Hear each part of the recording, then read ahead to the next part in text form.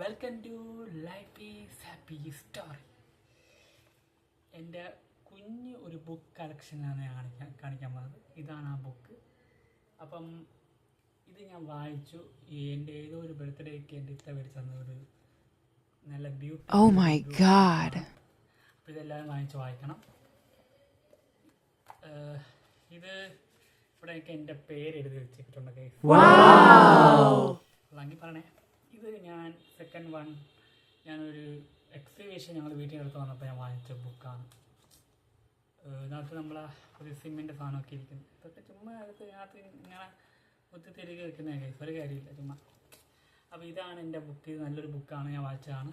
എനിക്ക് അത്രയ്ക്ക് ഫീലൊന്നും തോന്നില്ല. പിന്നെ കുറേ ഈ ബുക്കിനകത്ത് തന്നൊരു കുറേ ഫീലിങ്സും കാര്യങ്ങളുണ്ട്. അപ്പോൾ അതാണ് എനിക്ക് കുറച്ച് കാര്യങ്ങളൊക്കെ ഫീലിങ്സാണ്. ഇത് ഗേൾസിൻ്റെ ഒരു പറ്റി പറയുന്ന ഒരു സ്റ്റോറിയാണ്. നല്ല ബ്യൂട്ടിഫുൾ സ്റ്റോറിയാണ്.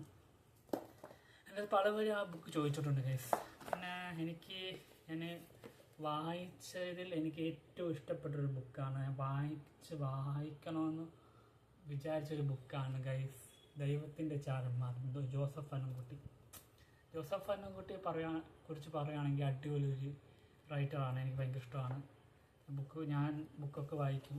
പിന്നെ ഒരു മോട്ടിവേറ്റർ ആണെന്ന് പറഞ്ഞിട്ട് കാര്യമില്ല, ഞാൻ ബുക്കൊക്കെ വായിക്കും. എനിക്ക് ഇഷ്ടപ്പെട്ട സ്റ്റോറി ഉണ്ട് ആണ് ഈ ഒരു ബുക്കിൽ. പിന്നെ വേറെ ഏതോ ഒരു ബുക്ക് ഗൈസ്, ഏതാ ബുക്ക് കാണുന്നില്ല ഗൈസ്.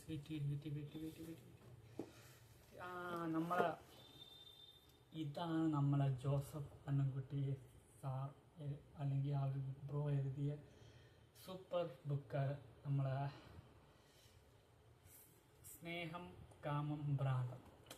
ഇത് ഞാൻ ഞാൻ ഹൈദരാബാദ് പോയപ്പം വാങ്ങിച്ചൊരു ബുക്കാണ്.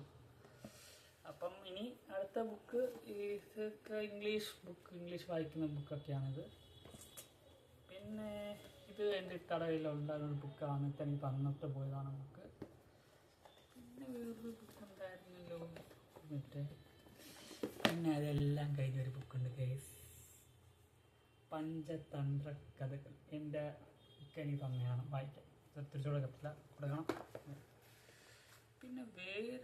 പിന്നെ ഫാത്തിമ ബീബിയുടെ ഒരു കിഡിലം സ്റ്റോറിയാണ് ഗൈസ്.